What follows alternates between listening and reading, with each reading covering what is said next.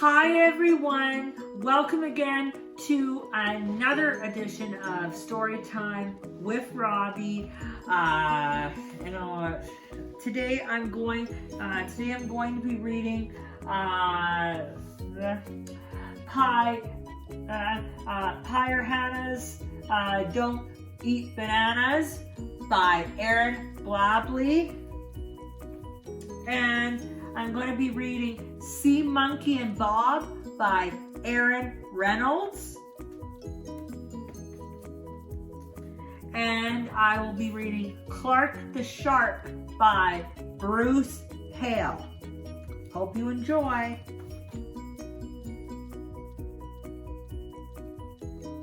Alrighty everybody, the first story I'm going to read today is Pyre Hannah's Don't Eat Bananas by Erin Blabley. Let's get started.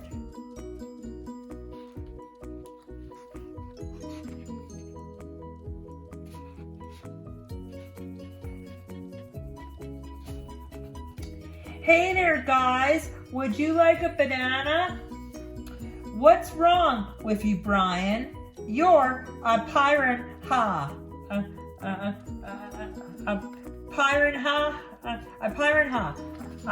Well, how about some silver beet? Are you serious, Brian? We eat feet? Or would you rather a bowl of peas? Stop it, Brian. We eat knees. Well, I bet you'd like some juicy plums. That's it, Brian. We eat bums.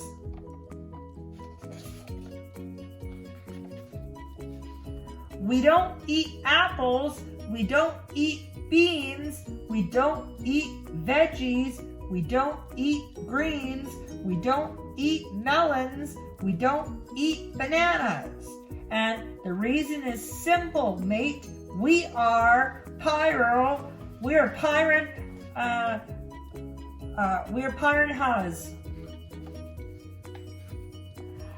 Well, I think that's silly, guys. Fruit is the best. We can't take much more of this. Give it a rest.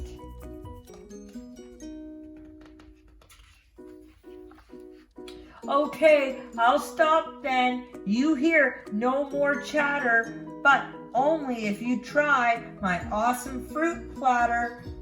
Give it here then.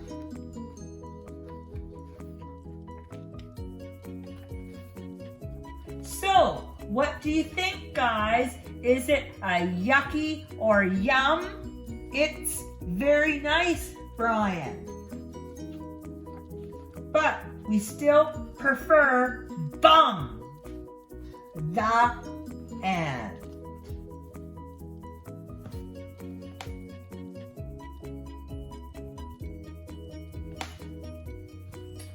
And go. Alrighty, everybody.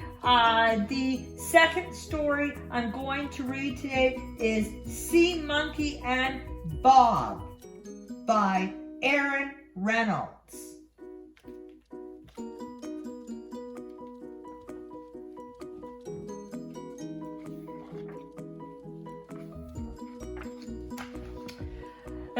Hi, I am Bob. I am a pufferfish, and I am Sea Monkey. What is wrong, Sea Monkey? I am scared. What is the matter? I'm scared. I am going to sink right down to the bottom of the ocean. It's dark at the bottom of the ocean. I'm also scared of the dark. You will not sink. I could sink. Bob, I am much heavier than I look. Heavier things sink. They do? Yep, anchors sink. Yes, but anchors are really heavy. Tubes sink. Tubas sink. Tubas, really? I did not know that. Rocks sink. Uh-oh, you may be right about this. Dinosaurs sink. You have never seen a dinosaur. That is true, but I'm pretty sure they sink. Gosh. Now I am nervous. Why? You're not heavy. I'm scared I'm going to float.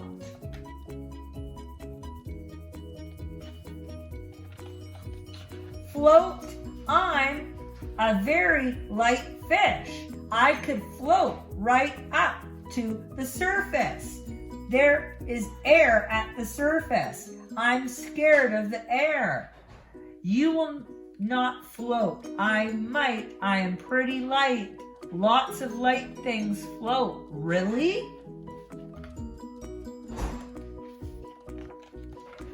Aha! Blimps float. Are you sure? They are so big. Yep. Feathers float.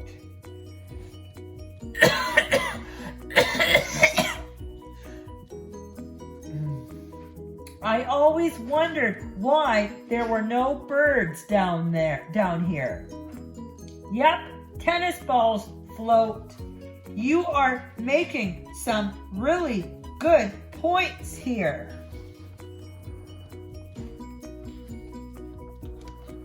Pumpkins float. Pumpkins are not light. They still float.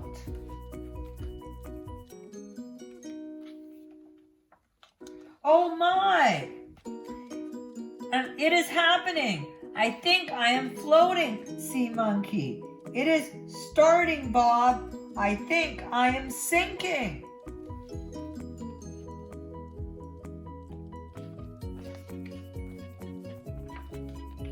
Grab my fin, Sea Monkey. I will save you. Grab my tail, Bob. I will save you. I am not sinking. I'm not floating.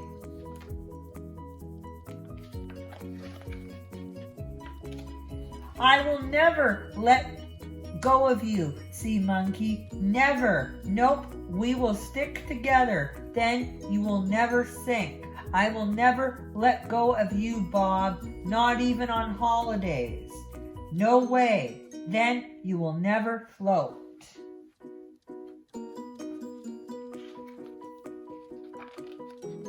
It is working like magic. I'm not scared anymore, Sea Monkey. Me neither.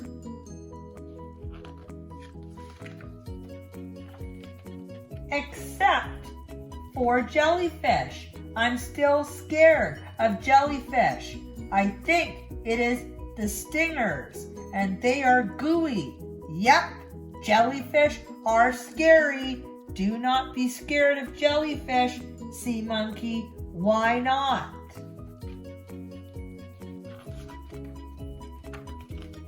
Jellyfish float. The end.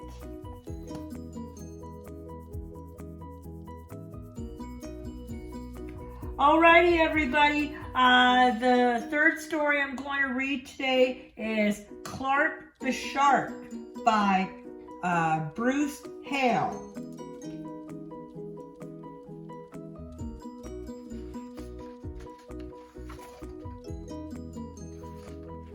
School bus.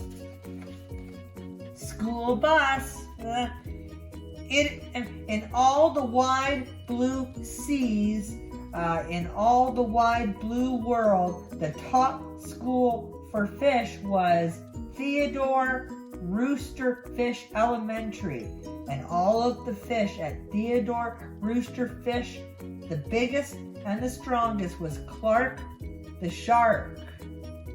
Theodore Rooster Fish Elementary. Clark loved school and he loved his teacher, Mrs. Inky Dink. He loved to play upsy-downsy and spin-a-meg-jig with his friends. Clark loved his life. School is awesome, shouted Clark the Shark. Less shouting, more reading, said Mrs. Inky-Dink. Lunchtime is sweet, yelled Clark the Shark. Munch your own lunch, said his best recess rocks. Bellowed Clark the Shark. You are playing rough, Clark, cried the other kids.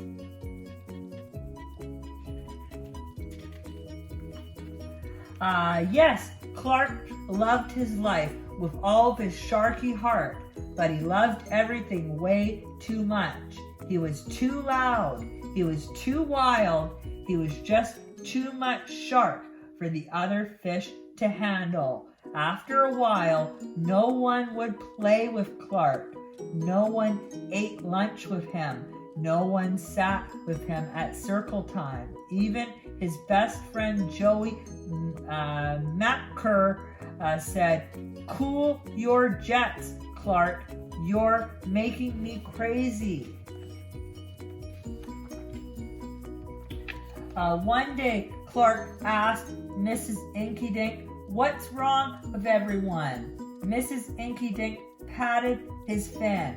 "Clark, sometimes you play too hard. You munch too hard, and gosh, you even help too hard. But life is so exciting," said Clark. "There's a time and a place for everything," said Mrs. Inky-Dink. "And sometimes the rule is stay cool. Stay cool."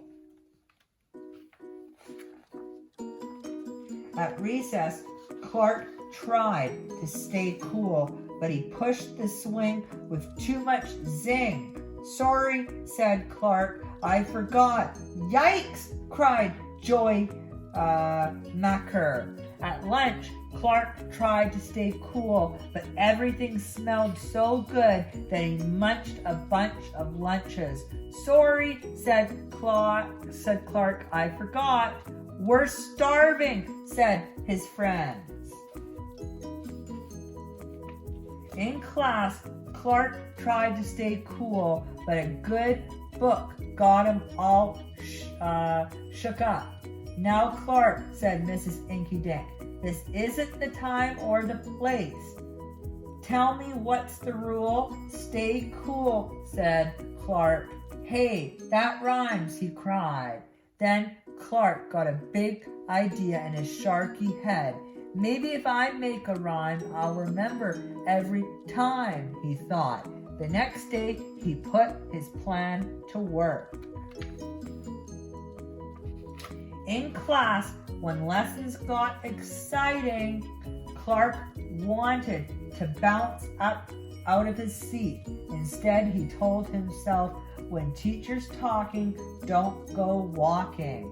And what do you know? It worked. "Attaboy, Clark," said Mrs. Inky-Dink. Clark smiled. "Lessons are fun."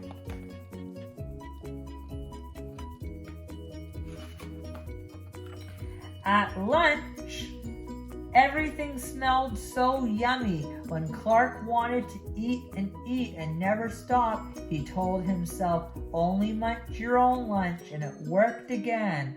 "Way to go, Clark," said his friends. Clark grinned. "Lunch is fun." At playtime, Clark told himself, "Easy does it. That's the way. Then my friends will let me play." And playtime was fun. Once more, Clark loved his life. But then a shadow fell across the playground, a ginormous shadow with tentacles galore. "It's a new kid, and he looks scary," cried Joey Macker. "Swim for your lives!" The squid squashed the slide and it snapped off the swings. "Oops, my bad," said the new kid. "Wait," said Clark. He just wants to play. Let's find a way. And he swam at the new kid with all his might.